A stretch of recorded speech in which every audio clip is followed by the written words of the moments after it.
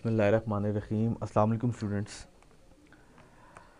मैं उम्मीद करता हूँ कि आप सब खैरियत से होंगे और इंटरनेशनल रिलेशंस के ऑनलाइन लेक्चर में आप सबको वेलकम। लास्ट लेक्चर में हमने इंपीरियलिज्म एंड कॉलोनियलिज्म को डिस्कस किया था। हमने देखा था कि जो इंपीरियलिज्म है ये एक पॉलिसी है। कोई भी स्टेट इंपीरियलिज्म की पॉलिसी जब अडॉप्ट करता है तो वो अपनी टेरिटरीज़ को एक्सपेंड करना चाहता है, और जहाँ पे वो अपनी टेरिटरीज एक्सपेंड करता है तो वहाँ पे वो अपना डोमिनेंस को इस्टेब्लिश करता है। तो जब एक स्टेट ऐसी पॉलिसी अडॉप्ट करता है तो हम कहेंगे कि उस स्टेट ने इंपीरियलिज्म की पॉलिसी अडॉप्ट की हुई है। फिर हमने देखा था दो मेथड्स हैं इस पॉलिसी को इम्प्लीमेंट करने के, इनडायरेक्ट मेथड और डायरेक्ट मेथड। डायरेक्ट मेथड में हमने ये चीज़ देखी थी कि जब एक पावरफुल कंट्री या एक पावरफुल स्टेट टेरिटोरियल एक्सपेंशन करता है तो उसके लिए वो वीक स्टेट में डायरेक्टली इंटरफेयर करता है, वहाँ की कैपिटल्स को कैप्चर करते हैं, इसके साथ वहाँ पे अपनी सेटलमेंट को इस्टेब्लिश करते हैं, और फिर वहाँ पे जो उनका पॉलिटिकल सिस्टम है, जो उनका इकोनॉमिक सिस्टम है, उसे कंट्रोल करते हैं। तो इस चीज़ को आप कॉलोनियलिज्म भी कहते हैं। दूसरे अल्फाज में अगर देखा जाए तो आप कह सकते हो कि जो कॉलोनियलिज्म है ये प्रैक्टिकल एप्लीकेशन है इंपीरियलिज्म पॉलिसी की। इसके अलावा हमने देखा था कि एक स्कूल ऑफ थॉट है जो कहता है कि जो लेट 90th सेंचुरी और मिड 20th सेंचुरी के दरमियान टाइम पीरियड है, इसे कहते हैं एज ऑफ इंपीरियलिज्म या एज ऑफ कॉलोनियलिज्म। लेकिन एक ऐसा स्कूल ऑफ थॉट भी है जो कहता है कि 15th सेंचुरी से ऑनवर्ड और मिड ऑफ 20th सेंचुरी के दरमियान जो पीरियड है, इसे कहते हैं एज ऑफ इंपीरियलिज्म या एज ऑफ कॉलोनियलिज्म। क्योंकि इस पीरियड के दरमियान जितनी भी पावरफुल कंट्रीज़ थी वो अपनी कॉलोनीज़ बना रही थी अराउंड द वर्ल्ड। जबकि जो पहला स्कूल ऑफ थॉट था जिसके मुताबिक late 90th century and mid 20th century के दरमियान जो पीरियड है इसे एज ऑफ इंपीरियलिज्म कहा जाता है, उसके मुताबिक इस टाइम पीरियड के दरमियान जितनी भी पावर्स थी, कॉलोनियल पावर्स थी, वो अपने पीक पॉइंट पे थी। तो दोनों की पॉइंट ऑफ व्यू अपनी जगह है, हमने एक न्यूट्रल ओपिनियन देना है। लेकिन एक ऐसा पॉइंट है जिस पे दोनों का कंसेंसस है, वो ये है कि मिड ऑफ 20th सेंचुरी मतलब 1950 के इर्द गिर्द की बात कर रहे हैं कि यहाँ पे जो इंपीरियलिज्म है या कॉलोनियलिज्म है वो ख़त्म हो गया है। उसके बाद क्या स्टार्ट हुआ? उसके बाद स्टार्ट हुआ इनडायरेक्ट मेथड ऑफ इंपीरियलिज्म, जिसे हमने नाम दिया है न्यू इंपीरियलिज्म या फिर न्यू कॉलोनियलिज्म। कि अब डायरेक्टली पावरफुल स्टेट्स इंटरफेयर नहीं करती वीक स्टेट्स में, लेकिन वो अपनी इकोनॉमिक और पॉलिटिकल पावर्स का इस्तेमाल करके वीक स्टेट को अपने ऊपर डिपेंडेंट कर देती हैं, और इस तरह जो स्ट्रॉन्गर कंट्रीज़ होती हैं वो अपना इन्फ्लुएंस वीक स्टेट्स या वीक कंट्रीज़ के ऊपर एक्सटेंड करती हैं। तो ये न्यू वर्जन ऑफ इंपीरियलिज्म है जिसे कहते हैं न्यू इंपीरियलिज्म। आज हम देखेंगे डीकोलोनाइजेशन क्या चीज़ है। पहले तो आप इसके वर्ड पे फोकस करें कि कॉलोनाइजेशन के वर्ड के साथ डी लग गया। इस डी का मतलब है कि ये कॉलोनाइजेशन का उलट है। इस टॉपिक को हम स्टार्ट करते हैं। सपोज़ आपके पास दो कंट्रीज़ हैं, एक है वीक कंट्री और दूसरी है पावरफुल कंट्री। जब एक पावरफुल कंट्री डायरेक्टली कंट्रोल करे वीक कंट्री की पॉलिटी, इकोनॉमी एंड सोसाइटी, तो हम लोग कहेंगे कि जो वीक कंट्री है ये पावरफुल कंट्री की कॉलोनी है। एग्जाम्पल आपके सामने है ब्रिटिश राज की और आपके पास सब कॉन्टिनेंट की, कि सब कॉन्टिनेंट आपकी ब्रिटिश सरकार की कॉलोनी थी। अच्छा, कॉलोनाइजेशन या फिर आप कॉलोनियलिज्म भी कह सकते हो, refers to expansion of control over foreign territory and establish a relationship of subjugation and dominance between weak and powerful state। अच्छा, expansion of control over foreign territory, वही बात है कि आपने फॉरेन टेरिटरी पे अपना जो कंट्रोल है वो इस्टेब्लिश करना है। इसके साथ आपने एक relationship of subjugation and dominance establish करना है between weak and powerful state. अब सब्जुगेशन और डोमिनेंस का मतलब है कि आपने वीक स्टेट को अपना महकूम बनाना है, ताबेदार बनाना है, आपने वो कंट्रोल उनसे ले लेना है, उनकी इकोनॉमिक सिस्टम, उनका पॉलिटिकल सिस्टम, उनका सोशल सिस्टम पे अपना कंट्रोल इस्टेब्लिश कर देना है। तो इसे कहते हैं कलोनाइजेशन या कोलोनाइजेशन, या फिर आप इसे कह सकते हो कलोनियलिज्म। अब इस कलोनाइजेशन के साथ डी ई का अल्फ़ाबेट्स लग गए हैं, तो ये बन गया डी कलोनाइजेशन। ये एक ऐसे प्रोसेस का नाम है जब एक वीक कंट्री अपनी इंडिपेंडेंस या ऑटोनॉमी वापस हासिल करती है, किसी भी तरीके से वापस हासिल कर सकती है, वो लड़ के हासिल कर सकती है, वो नेगोशिएशन कर सकती है, वो कोई फ्रीडम स्ट्रगल करती है, उसके बाद वो अपनी इंडिपेंडेंस हासिल करती है, तो इसे कहते हैं डी कलोनाइजेशन।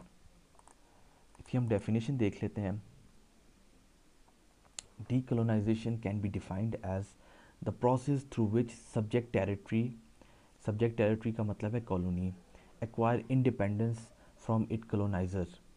एक ऐसा प्रोसेस है जब एक कॉलोनी अपनी इंडिपेंडेंस को एक्वायर करती है अपनी पेरेंटल कंट्री या अपनी कॉलोनाइजर से। तो ये डेफिनेशन थी डीकोलोनाइजेशन की। अब बताया गया है कि decolonisation is the antithesis to colonisation, कि जो कोलोनाइजेशन का कॉन्सेप्ट है इसके एंटी थीसिस है या रिवर्सल ऑफ कोलोनाइजेशन है। और जो कोलोनाइजेशन था उसमें आपने देखा था कि सब्जुगेशन और जो डोमिनेंस का रिलेशनशिप है उसे इस्टेब्लिश करना होता है, लेकिन जो डीकोलोनाइजेशन है ये ब्रेक करता है the relation of subjugation and dominance between weak and powerful state. और जब इंटरनेशनल कम्युनिटी इस रिलेशनशिप के ब्रेकअप को रिकग्नाइज़ कर देती है, तो जो कॉलोनी होती है वो एक इंडिपेंडेंट और सॉवरेन स्टेट बन जाती है। पाकिस्तान की एग्ज़ाम्पल आप लोग ले लो कि जो डीकोलोनाइजेशन हुई थी, जो रिलेशनशिप था ब्रिटिश के साथ सब्जुगेशन और डोमिनेंस का, वो जब ब्रेक हुआ फिर इंटरनेशनल कम्युनिटी ने इस चीज़ को रिकग्नाइज़ किया कि हमने इंडिपेंडेंस अचीव कर ली है, तो हम लोग एक इंडिपेंडेंट और सॉवरेन स्टेट बन गए। तो आपने देख लिया जो डीकोलोनाइजेशन है ये परमानेंटली ब्रेक करती है डोमिनेंस एंड सब्जुगेशन के रिलेशनशिप को between powerful state and weak state. अब हम नेक्स्ट स्लाइड पे देखेंगे कि जो डीकोलोनाइजेशन का प्रोसेस है ये कब स्टार्ट हुआ। पहले तो कॉलोनियाँ बनती थी, तो दोबारा से कॉलोनियाँ ख़त्म कैसे हुई और उस जगह पे कंट्रीज़ ने या टेरिटरीज़ ने इंडिपेंडेंस कैसे अचीव की, तो इस चीज़ को हम देखते हैं। व्हेन डीकोलोनाइजेशन स्टार्ट्स, डीकोलोनाइजेशन कब स्टार्ट होती है, इस चीज़ को अंडरस्टैंड करने के लिए हमें कॉलोनाइजेशन की हिस्ट्री को देखना होगा या कॉलोनियलिज्म की हिस्ट्री को देखना होगा। अच्छा, जो पहला पॉइंट है यहाँ पे उसमें लिखा हुआ territorial expansion has been a feature of every empire. इसका मतलब है कि हिस्ट्री में जितनी भी एम्पायर्स रही हैं उनका एक मेन ऑब्जेक्टिव होता था कि जिस ऑब्जेक्टिव को कहते हैं टेरिटोरियल एक्सपेंशन, अपनी टेरिटरीज़ को एक्सपेंड करना। अब कुछ मेजर एम्पायर्स हैं जिस तरह रोमन एम्पायर है, रशियन एम्पायर है, मंगोल एम्पायर है, मुग़ल एम्पायर है, ब्रिटिश एम्पायर है, ऑटोमन एम्पायर है। इसके अलावा और जितनी भी एम्पायर्स आपकी तारीख़ में गुजरी हैं, तो ये टेरिटोरियल एक्सपेंशन का फ़ीचर उन एम्पायर का एक मेन ऑब्जेक्टिव रहा है। तो इसे देखिए, इसमें लिखा हुआ territorial expansion is not a modern phenomena, ये कोई नई चीज़ नहीं है, ये बड़ी पुरानी चीज़ है अपनी टेरिटरीज़ को एक्सपेंड करना। फिर Greeks, Roman, Ottoman and many more have practised it. मुख्तलिफ एम्पायर्स थी आपकी हिस्ट्री में जिन्होंने इसे प्रैक्टिस किया है। अच्छा, ये एक इम्पॉर्टेंट चीज़ है। It is important to note that we can not use the word colonialism for the territorial expansion of empire. अब जो स्कॉलर्स कहते हैं, जो इंटरनेशनल रिलेशंस का लिटरेचर है वो कहता है कि ये जो एम्पायर्स थी वो अपनी टेरिटोरियल की एक्सपेंशन कर रहे थे, उसके लिए हम लोग कलोनियलिज्म का वर्ड इस्तेमाल नहीं कर सकते। However, this term is used to describe the expansion of European powers। ये जो वर्ड है कलोनियलिज्म का, इसे इस्तेमाल किया जाता है एक्सपेंशन ऑफ यूरोपियन पावर्स को डिस्क्राइब करने के लिए कि जो यूरोपियन पावर्स थी वो कैसे उन्होंने कैसे अपनी टेरिटरीज़ को एक्सपेंड किया था, तो उस चीज़ को डिस्क्राइब करने के लिए कलोनियलिज्म का वर्ड इस्तेमाल किया जाता है। अब हम इसी चीज़ को डिस्कस करते हैं कि जो यूरोपियन कलोनियलिज्म है ये क्या चीज़ है। तो नेक्स्ट हमारा पॉइंट है modern European colonialism. European colonialism था ये स्टार्ट हुआ था 15th सेंचुरी में। First Spain and Portugal try to expand their influence all over the world. सबसे पहले ब्रिटिश से भी पहले, आपको तो अभी तक सिर्फ ये पता है कि हम लोग ब्रिटिश की कॉलोनी थे, तो ब्रिटिश बहुत बड़ा एम्पायर था, लेकिन ब्रिटिश से भी पहले स्पेन ने और पोर्टुगल ने ये जो एक्सपेंशंस थी टेरिटरीज़ की ये स्टार्ट की थी और इन्होंने अपना इन्फ्लुएंस को इस्टेब्लिश किया ऑल ओवर द वर्ल्ड। ये जो टाइम पीरियड दिया हुआ है 1500 टू 1650, इस टाइम पीरियड में इन दोनों जो पावर्स थी, यूरोपियन पावर्स थी, इन्होंने अमेरिकाज़ का जो वर्ड यहाँ पे इस्तेमाल हुआ है इसका मतलब है कि यहाँ पे साउथ अमेरिका कॉन्टिनेंट की भी बात हो रही है और नॉर्थ अमेरिकन कॉन्टिनेंट की भी बात हो रही है। तो इन्होंने south America, north America, Asia continent और अफ्रीका कॉन्टिनेंट में अपनी कॉलोनीज़ बनाना स्टार्ट की। और उस टाइम पे जो इनकी एम्पायर थी इसे एक बहुत वास्ट एम्पायर कंसिडर किया जाता था। अगला पॉइंट है they are followed by British, France, Dutch and other European powers. तो आपने ये देख लिया कि स्पेन और पोर्चुगल के बाद जो ब्रिटिश थे, फ्रांस थे, डच यानी नीदरलैंड या हॉलैंड, इन्होंने भी ये जो कॉलोनियलिज्म है या अपनी कॉलोनीज बनाना स्टार्ट किया। These colonial powers annexed all the Americas and much of Asia and Africa. इन्होंने जो नॉर्थ साउथ अमेरिका है इन्हें तकरीबन काफ़ी हद तक यहाँ पे यूरोपियन पावर्स की कॉलोनीज़ थी। इसके अलावा एशिया और अफ्रीका के काफ़ी हिस्सों में इन यूरोपियन पावर्स की कॉलोनी थी। So it can be said that 5 major European powers, तो ये कहा जा सकता है कि जो 5 मेजर यूरोपियन पावर्स हैं जिसमें आपके पास Portugal, Spain, France, Netherland and great Britain started the process of modern European colonialism. तो जो मॉडर्न यूरोपियन कलोनियलिज्म का प्रोसेस है ये इन 5 सुपर पावर्स ने स्टार्ट किया और इसी मॉडर्न यूरोपियन कलोनियलिज्म को आपके इंटरनेशनल रिलेशंस के स्कॉलर कलोनियलिज्म का नाम देते हैं। ये चीज़ भी आपने देख ली कि ये कॉलोनीज़ बनाना 15 सेंचुरी से पहले पहले भी बनती थी, एम्पायर्स बनाती थी अपनी कॉलोनीज़। लेकिन जो ये फेज़ है it is the most important phase of colonialism. ये जो कलोनियलिज्म का एक बहुत इंपॉर्टेंट फेज़ है 15 सेंचुरी से ऑनवर्ड। ओनली यूरोपियन पावर्स वर इन्वॉल्व और इस फेज़ में यूरोपियन पावर्स सिर्फ इन्वॉल्व थी। इसका मतलब है तो यूरोप के में जितनी पावर्स थी इन यानी यूरोप में जितनी मुल्क थे या जितनी सुपर पावर्स थी इन्होंने कॉलोनीज़ बनाई हुई थी मुख्तलिफ दुनिया के हिस्सों में। और इसका क्या इम्पैक्ट हुआ था, इसने इंटायर वर्ल्ड को इम्पैक्ट किया था इस कलोनियलिज्म ने। टाइम गुजरने के साथ साथ इनकी कॉलोनीज़ किसी कॉन्टिनेंट में ज़्यादा होती जा रही थी, किसी कॉन्टिनेंट में कम होती जा रही थी, लेकिन जो प्रोसेस था कलोनियलिज्म का वो स्टार्ट ही रहा। अब हम नेक्स्ट स्लाइड में देखते हैं expansion of modern European colonialism कि कैसे एक्सपेंड हुआ। By 1930s, colonialism has expanded to 85% of the land surface of the globe under European colonial powers। ये जो आपने पिछली स्लाइड में देखा है कि जो मेजर कंट्रीज़ हैं जिन्हें यूरोपियन कलोनियल पावर्स कहा जाता है, इन्होंने 1930 तक जो दुनिया का यानी ग्लोब का 85% जो लैंड का हिस्सा है वहाँ पर इन यूरोपियन पावर्स की कॉलोनीज़ रही हैं किसी न किसी टाइम पे। Only part of Arabia, Persia, Afghanistan, Mongolia, Tibet, China, Russia and Japan had never been a part of European colonialism. ये जो आपके सामने नाम लिखे हैं इनको छोड़ के बाकी तकरीबन सब जगह पे इन यूरोपियन जो कलोनियल पावर्स थी इन्होंने अपनी कॉलोनीज़ बनाई हैं। और ये जो टेरिटरीज़ के नाम लिखे हैं ये कभी भी इन यूरोपियन कलोनियलिज्म का हिस्सा नहीं बने। तो आप इस चीज़ से ये अंदाज़ा लगा सकते हैं कि जो कलोनियलिज्म था, पर्टिकुलरली यूरोपियन कलोनियलिज्म की बात की जा रही है, ये काफ़ी सक्सेसफुल था। तो अभी हम देखते हैं कौन से फैक्टर्स थे जो इस सक्सेसफुल के पीछे थे, या इस सक्सेसफुल के बिहाइंड थे, या इसे आप ऐसे कह सकते हो, ये जो successful growth of European colonialism था, इसके पीछे कौन से फैक्टर्स थे। बाकी फैक्टर्स भी थे काफ़ी, लेकिन दो अहम फैक्टर्स थे। तो पहला है जी टेक्नोलॉजिकल सुपीरियॉरिटी, और दूसरा है जी मिलिट्री सुपीरियॉरिटी।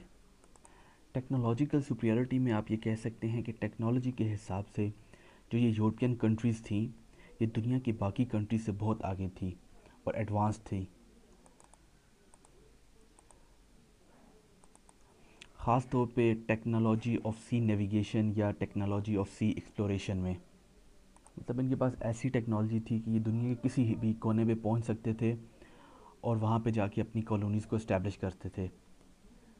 तो यही चीज़ यहाँ पे लिखी हुई है कि these colonial powers were very advanced in technology, particularly in transportation and such as technology of sea navigation. फिर नेक्स्ट बुलेट में कहा गया है they had technology to reach any part of the world and through this they were spreading colonialism. यही बात मैंने आपको explain की है, इस तरह ये कलोनियलिज्म को स्प्रेड कर रहे थे। सेकंड जो मिलिट्री सुपीरियरिटी है, इसमें है other than traditional weapons they had advance military equipments and technologies. जो बाकी कंट्रीज़ थी वो अभी तक पुराने वेपन्स और पुरानी मिलिट्री टेक्नोलॉजी का इस्तेमाल कर रही थी, लेकिन ये जो यूरोपियन पावर्स थी, ये इनके पास एडवांस टेक्नोलॉजी थी, मिलिट्री के हिसाब से भी एडवांस वेपन्स थे। तो ये चीज़ आ गई थी, मेजर फैक्टर्स थे जिसकी वजह से ये जो इनका ग्रोथ हो रहा था काफ़ी सक्सेसफुल था कलोनियलिज्म का। तो ये छोटी सी हिस्ट्री थी कलोनियलिज्म की, ये कलोनियलिज्म कैसे स्टार्ट हुई। आपने देख लिया कि स्टार्ट से एम्पायर्स बनी, उन्होंने अपनी टेरिटरीज़ की एक्सपेंशन की, लेकिन जो आपकी स्कॉलर्स हैं वो उसे कंसिडर नहीं करते कि उसे कलोनियलिज्म कहा जाए। ठीक है, जो 15 सेंचुरी से ऑनवर्ड है उस टाइम पीरियड को स्कॉलर्स कहते हैं ये यहाँ पे जो है इसे मॉडर्न यूरोपियन कलोनियलिज्म कहा जाता है, जिसमें स्टार्ट किया था स्पेन एंड पोर्टुगल ने, और उसके बाद जो ब्रिटिश थे, फ्रांस थे, डच थे, इन्होंने भी कॉलोनीज़ बनाना स्टार्ट कर दी दुनिया के मुख्तलिफ़ हिस्सों पे। इस तरह वक्त गुजरने के साथ साथ इन ये जो कॉलोनीज़ थी ये एक्सपेंड होती गई, और तकरीबन 85% जो आपका लैंड है आपकी ग्लोब का, इस पे कॉलोनीज़ रही हैं इन पावर्स की। और कुछ ऐसी जगह भी थी जिन पे कभी भी कॉलोनीज़ नहीं बनी, वो आपके सामने अभी भी स्लाइड में आ रही हैं। इसके अलावा हमने फैक्टर्स भी देख लिए कि कौन से फैक्टर्स थे इस successful growth of European colonialism के पीछे। तो उसमें दो हमने मेजर फैक्टर्स देख लिए, वो डिस्कस किए।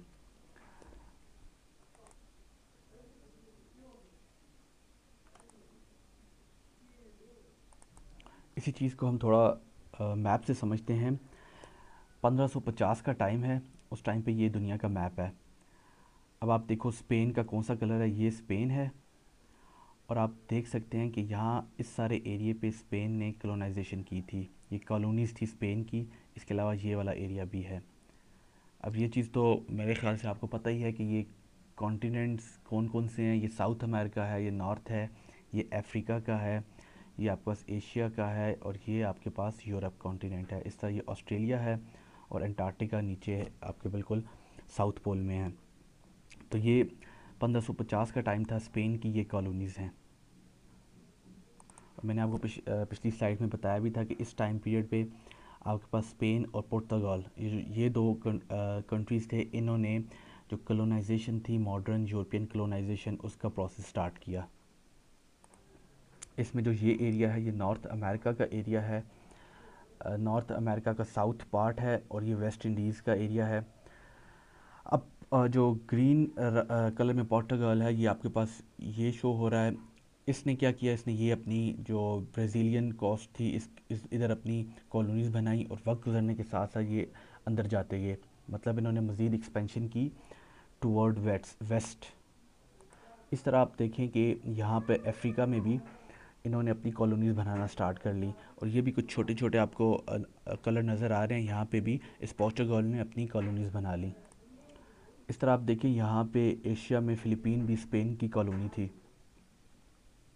अगर आप सब कॉन्टिनेंट को देखो, ये वाला जो एरिया आपके पास, यहाँ पे भी कुछ कुछ जगह पे पोर्टुगल और स्पेन ने अपनी छोटी छोटी पोस्ट बनाई हुई थी। और ये टाइम कौन सा चल रहा है, 1550s का। आप लोगों ने शायद यही सुना होगा कि सिर्फ ब्रिटिश जो थे वो आए थे सब कॉन्टिनेंट में, लेकिन ब्रिटिश से पहले बहुत सी ट्रेडिंग कंपनीज थी जो कि सब कॉन्टिनेंट में आई, जिनमें आपके पास पोर्टुगल और आपके पास स्पेन की ट्रेडिंग कंपनीज थी। अच्छा, ये जो आपके पास ग्रे कलर का एरिया नज़र आ रहा है, ये आपके पास ऑटोमन एम्पायर है। कि हमने जब खिलाफत मूवमेंट स्टार्ट की थी तब हमने देखा था ऑटोमन एम्पायर के बारे में, थोड़ा बहुत डिस्कस किया था। अब जो फ्रांस है, ये आपके पास ये कलर दिखा रहा है, यहाँ पे आपके पास फ्रांस है। फ्रांस ने भी आहिस्ता आहिस्ता स्टार्ट कर दिया कॉलोनीज़ बनाना, लेकिन वो छोटे छोटे आइलैंड पे या छोटे छोटे एरियाज़ पे कॉलोनीज़ बना रहा था इस टाइम पे। और ये आपके पास ब्रिटेन है, ये रेड कलर का आपको यूनाइटेड किंगडम नज़र आ रहा है। उस वक़्त यूनाइटेड किंगडम सिर्फ 1550 के टाइम पीरियड में सिर्फ उसका जो पास एरिया था जस्ट इतना था। तो अब हम देखते हैं, ये आपके पास जो मैप आ गया ये है 1754 का। अब आप देखें इस टाइम पीरियड में स्पेन के पास कितना एरिया आ गया है साउथ अमेरिका का, इसने कितनी एक्सपेंशन की है। इस तरह नॉर्थ में भी इसके पास एरिया था, पहले भी था, अब भी है। इसी तरह यहाँ पे अफ्रीका में आप देखें, यहाँ पे भी इनके पास कुछ एरिया आ गया, कुछ कॉलोनीज़ आ गई हैं। और जो पोर्टुगल है वो देखें उसने कितनी एक्सपेंशन की है साउथ अमेरिका में। जो पिछली स्लाइड में आप देखो बिल्कुल कोस्टल लाइन के पास था, लेकिन अब कितना एक्सपेंड हो गया है। जो अब यूनाइटेड किंगडम है ये भी आ गया जी, इसने भी प्रोसेस स्टार्ट कर लिया कलोनाइजेशन का। ये आपके पास अमेरिका का मैप है ये वाला। इसमें देखो ये स्टार्ट में जो आपकी अटलांटिक ओशन के साथ एरिया है, ये आपकी यूनाइटेड किंगडम के पास था। और ये 13 कॉलोनीज थी, ये मैं आपको अगली स्लाइड में थोड़ा सा इसके बारे में बताऊंगा। इस तरह ये देखो कनाडा का जो आपके पास रीजन है ये वाला, इसमें भी जो इंग्लैंड था इसने अपनी कॉलोनीज़ बना ली। इस तरह आप देख सकते हैं सब कॉन्टिनेंट में आ जाएं। सब कॉन्टिनेंट में भी कुछ कुछ एरिया पे इंग्लैंड ने आना स्टार्ट कर लिया, छोटी छोटी अपनी अपना एरिया इन लोगों ने यहाँ पे अपने जिस पे अपनी डोमिनेंस स्टैब्लिश करना स्टार्ट कर ली। इस तरह अफ्रीकन रीजन में आप चले जाओ, देखो यहाँ पे भी इंग्लैंड के कॉलोनीज़ पाई जाती हैं। अब फ्रांस पे आ जाओ, ये आपके पास फ्रांस है। फ्रांस ने भी ये यूएसए में ये अपनी कॉलोनी बना ली, ये एरिया फ्रांस के पास आ गया। इस तरह अफ्रीका में भी ये एरिया फ्रांस के पास आ गया। और यहाँ पे सब कॉन्टिनेंट में भी ये कुछ एरिया फ्रांस के पास आ गया। अगेन टाइम कौन सा चल रहा है, 1754 का। और ये सारी रशियन एम्पायर है। अच्छा, इस टाइम की पीरियड के बाद जो स्पेन और पोर्टुगल था, इनके एम्पायर मज़ीद आगे नहीं बढ़ सके, बल्कि ये कम होते गए। लेकिन जो मैदान में आगे थे वो था आपकी ब्रिटिश एम्पायर और आपकी फ़्रांस की एम्पायर थी। इन्होंने काफ़ी एक्सपेंशन की। नेक्स्ट मैप हमारे पास आ गया 1822। 1822 से आपको पता है कि पहले अमेरिका ने अपनी इंडिपेंडेंस ले ली थी ब्रिटिश से। तो ये जो आपके पास यहाँ पे पहले ब्रिटिश कॉलोनीज़ थी, साथ में फ्रेंच कॉलोनीज़ थी, ये अब अमेरिका एक प्रॉपर सॉवरेन स्टेट बन गया, इसने अपनी इंडिपेंडेंस ले ली। लेकिन अब जो कनाडा वाले रीजन पे देखो, यहाँ पे देखो ये टाइम के साथ साथ ब्रिटिश एम्पायर यहाँ पे बढ़ती जा रही थी। इसके साथ अफ्रीका में भी कुछ एरियाज़ देख सकते हैं आप लोग। ये जो रेड आपको नज़र आ रहा है कलर, ये ब्रिटिश एम्पायर का हिस्सा है। इसके अलावा जो आपके पास सब कॉन्टिनेंट है, इसमें देखो इस टाइम के साथ साथ इन्होंने अब ज़्यादा एरिया ऑक्युपाई करना स्टार्ट कर लिया। और फिर ये ऑस्ट्रेलिया का रीजन है और ये न्यूजीलैंड है। इस तरह ये साउथ ईस्ट एशिया है, इसमें कुछ कंट्रीज़ हैं। तो ये आहिस्ता आहिस्ता जो ब्रिटिश एम्पायर था ये एक्सपेंड होता जा रहा था। ये आप देख सकते हो नीदरलैंड, इसने भी अपनी कॉलोनीज़ बना ली ये साउथ अमेरिकन कॉन्टिनेंट में। इस तरह स्पेन जो है वो अब आप देख सकते हो बिल्कुल स्पेन और पोर्टुगल का यहाँ पे डाउनफॉल स्टार्ट हो गया। बल्कि इससे पहली स्लाइड में हमने देखा था जो कि 1754 का टाइम बता रही थी, उसमें उसके बाद मैंने बताया था कि अब इसके बाद स्पेन और पोर्टुगल जो है वो आहिस्ता आहिस्ता ख़त्म हो जाएंगे। तो ये चीज़ आपने देखी है, कॉलोनीज़ बन भी रही हैं लेकिन कॉलोनीज़ ख़त्म भी हो रही हैं। लेकिन अगर एक जगह से ख़त्म हो रही हैं दूसरी जगह पे बन रही हैं, तो ये प्रोसेस कंटिन्यू रहा है कॉलोनाइजेशन का। और जो ब्रिटिश की सबसे बड़ी कॉलोनी एंड पे बनी थी वो थी सब कॉन्टिनेंट, ये वाली, ये एरिया जो ब्रिटिश का पास था। यहाँ पे अमेरिका जो था, अमेरिका का अभी जो मैप है वो ये जो लाइन आपको नज़र आ रही है ये मैप है। यहाँ पे अमेरिका ने शुरू की 13 कॉलोनीज़ ब्रिटिश से ली, फिर फ्रांस से कुछ ये जो ये वाला पार्ट है फ्रांस से लिया, स्पेन से लिया, मेक्सिको से कुछ पार्ट लिया, कुछ कनाडा से पार्ट लिया, तो ये मिल के 50 स्टेट्स बनी हैं अमेरिका की। और ये जो अलास्का ये वाली स्टेट है ये अमेरिका ने रशिया से परचेज़ की थी। अच्छा जी, ये मैप है 1914 का। 1914 में आपको पता है वर्ल्ड वॉर वन स्टार्ट हुई थी। अब इस टाइम पीरियड में देखें जी, अफ्रीका का जो कॉन्टिनेंट है ये पूरे तरीके से कॉलोनाइज हो चुका है। ठीक है, ये आपको पास नज़र आ रहे हैं कलर्स में कौन कौन सी कॉलोनीज़ कहाँ कहाँ पे थी। इस तरह आप देखें रशिया कितना फैल चुका है, ये सारे सेंट्रल एशियन कंट्रीज़ रशिया के हिस्से में हैं। और जो सबसे बड़ी जो एम्पायर थी वो थी यूनाइटेड किंगडम यानी ब्रिटिश एम्पायर। जो आप कह सकते हैं मदर कंट्री वो यहाँ सिर्फ जस्ट ये थी, जिसमें आपके पास England, Scotland, Wales, northern Ireland, south Ireland आता है। लेकिन ये इलाका पूरी अपनी एम्पायर को कंट्रोल कर रहा था। ब्रिटिश की एम्पायर ये भी है, कॉलोनीज़ है कनाडा। इसके अलावा अफ्रीका में आप देख लो कितनी कॉलोनीज़ हैं। फिर ये ऑस्ट्रेलिया है, न्यूजीलैंड है। इसके अलावा सबसे बड़ी कॉलोनी जो थी ये आपके पास सब कॉन्टिनेंट की थी। तो इस टाइम पीरियड में जो सबसे बड़ी एम्पायर थी वो ब्रिटिश एम्पायर थी। अब आप फ्रांस देख लो, ये आपके पास फ्रांस है। और ये सारी जो अफ्रीका में देखें इसकी कॉलोनीज़ हैं फ्रांस की, ये कॉलोनी है, फिर ये कॉलोनी है फ्रांस की। इस तरह ये आपके पास जो साउथ अमेरिका है यहाँ पे भी फ्रांस की कॉलोनी है। फिर आप ये देखिए इटली आपको नज़र आ रहा है ये लाइट ग्रीन रंग में। तो इटली की भी कुछ कॉलोनीज़ आ गई हैं, यहाँ पे आ गई, ये आपके पास आ गई, ये आ गई। फिर पोर्टुगल की कुछ कॉलोनीज़ आपको नज़र आ रही हैं अफ्रीका में। इस तरह स्पेन की ये स्पेन का है, स्पेन की कुछ कॉलोनीज़ आपको नज़र आ रही हैं। ये जो साउथ अमेरिका की आपके पास कंट्रीज़ हैं ये इस टाइम पीरियड में काफ़ी कंट्रीज़ ने आज़ादी हासिल कर ली थी। यहाँ पे नेशनलिज्म की वेव चली थी 18th सेंचुरी के लगभग। तो यहाँ पे आप देख सकते हो पहले कॉलोनीज़ थी स्पेन की, पोर्टुगल की। तो अब ये कॉलोनीज़ नहीं हैं, बल्कि यहाँ पे कंट्रीज़ ने इंडिपेंडेंस गेन कर ली थी। अच्छा, ये आपके पास मैप है, map between world war one and world war two. 1936 का मैप है, वर्ल्ड वॉर टू से पहले का। आपको पता है वर्ल्ड वॉर टू 1939 पे स्टार्ट हुई थी। तो अब आप ये देखो कि यहाँ पे ब्रिटिश एम्पायर जो है वो मज़ीद बढ़ चुका है। और वजह ये थी कि फ़र्स्ट वर्ल्ड वॉर आपको पता है जो फ्रांस और ब्रिटिश थे ये जीत के थे।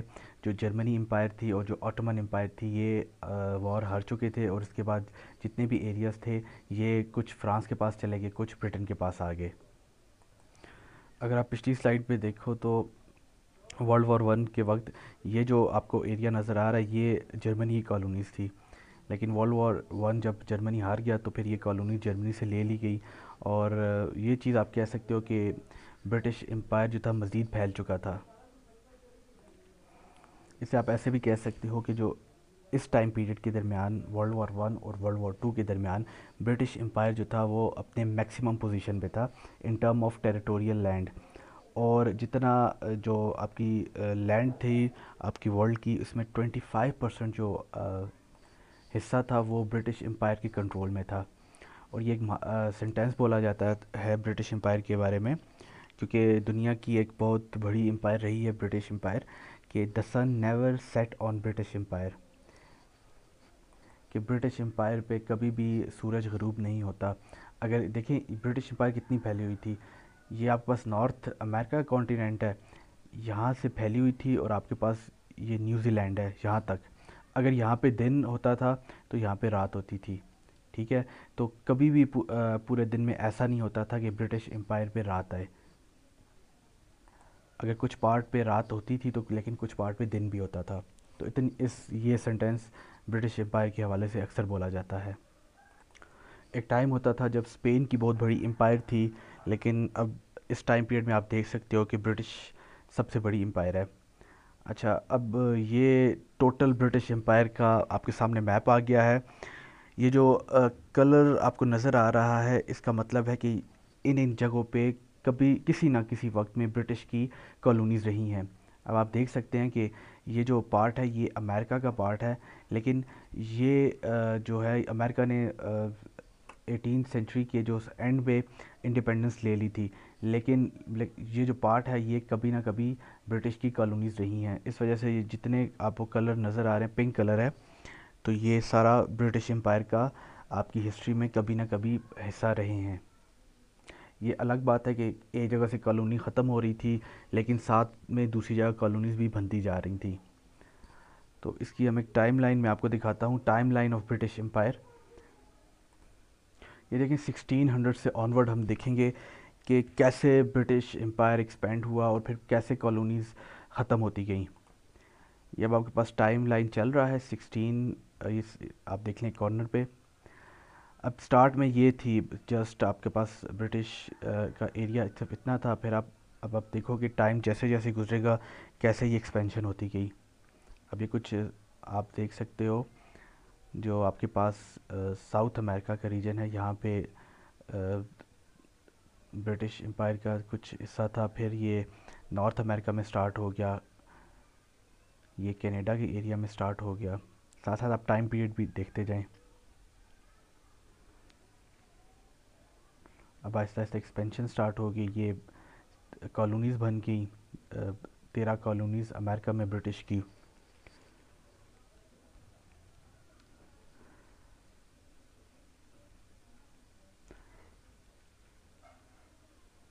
अब आप देख लें कि इस टाइम पीरियड में कितना यहाँ पे एक्सपेंशन हो गया, कनाडा वाला एरिया मज़ीद एक्सपेंड होता गया, लेकिन यहाँ पे ये कॉलोनी ख़त्म भी हो गई क्योंकि अमेरिका ने यहाँ पे इंडिपेंडेंस ले ली इस टाइम पे। फिर ये सब कॉन्टिनेंट में देखें आहिस्ता आहिस्ता ये एक्सपेंशन हो रही थी। अफ्रीका में आप लोग देख सकते हैं, इसके अलावा ये ऑस्ट्रेलिया में आप लोग देखें, यहाँ पे अब देख लें आहिस्ता आहिस्ता ये अपने पीक की तरफ जा रहा है। ये आहिस्ता आहिस्ता सारा सब कॉन्टिनेंट आ गया। अभी यहाँ पे देखें 1857 की जो जंग थी, उसके बाद सारा जो सब कॉन्टिनेंट आपके पास जो था वो उनके कंट्रोल में चला गया। फिर यहाँ पे अफ्रीका में भी अपनी कॉलोनीज़ को एक्सपेंड कर रहे थे।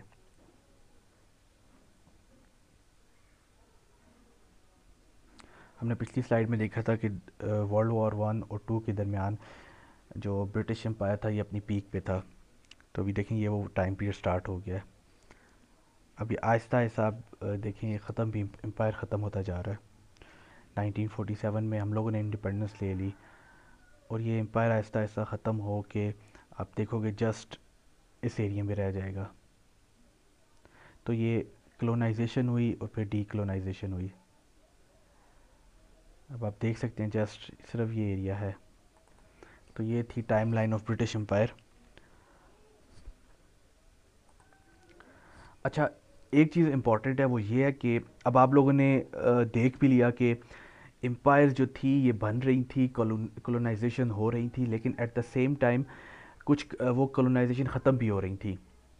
तो ये डी कॉलोनाइजेशन का जो पीरियड है ये कब से प्रॉपर स्टार्ट होता है, तो इसे हम इंशाल्लाह नेक्स्ट स्लाइड में देखेंगे। That's all for today. अपना ख्याल रखें। अल्लाह हाफिज़।